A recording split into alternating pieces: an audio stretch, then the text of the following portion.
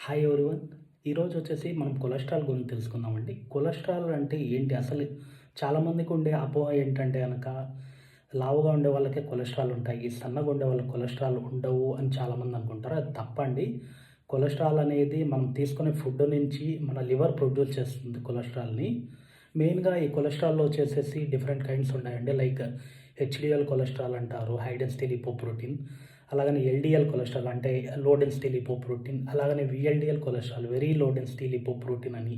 అలాగనే IDL cholesterol అంటారు, intermediate density lipoprotein అని.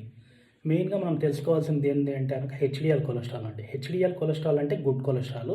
ఎల్‌డీఎల్ అనేది బ్యాడ్ కొలెస్ట్రాల్. ఈ హెచ్‌డీఎల్ కొలెస్ట్రాల్ అనేది మనం ఇంప్రూవ్ చేసుకుంటే గనక ఎల్‌డీఎల్ కొలెస్ట్రాల్ బ్యాడ్ కొలెస్ట్రాల్‌ని కిల్ చేయడం జరుగుతుంది. సో దట్ మనకు ఎనీ హెల్త్ ఇష్యూస్ అనేది ఎక్కువగా రాకుండా ఉండడం జరుగుతుంది. ఈ హెచ్‌డీఎల్ కొలెస్ట్రాల్ అనేది ఎలా ఇంప్రూవ్ చేసుకోవాలంటే గనక మనం తీసుకునే ఫుడ్స్ మంచి ఫుడ్స్ తీసుకోవాలా.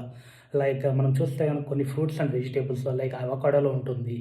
అలాగని seeds and nuts like chia seeds గానీ, ఫ్లాక్స్ సీడ్స్ గానీ, అలాగని యానిమల్ ఫుడ్స్ అంటే గనక ఫిష్‌లో ఉంటుంది. ఇలా కొన్ని కొన్ని ఫుడ్స్ అనేది మన డైలీ రొటీన్‌లో మనం తీసుకున్నట్లయితే గనక ఈ గుడ్ కొలెస్ట్రాల్ అనేది ఆటోమేటిక్‌గా మనకు పెరగడం జరుగుతుంది. సో దట్ మనం చాలా వరకు హెల్త్ ఇష్యూస్ నుంచి మనం మేనేజ్ చేసుకోగలుగుతాం. Thank you.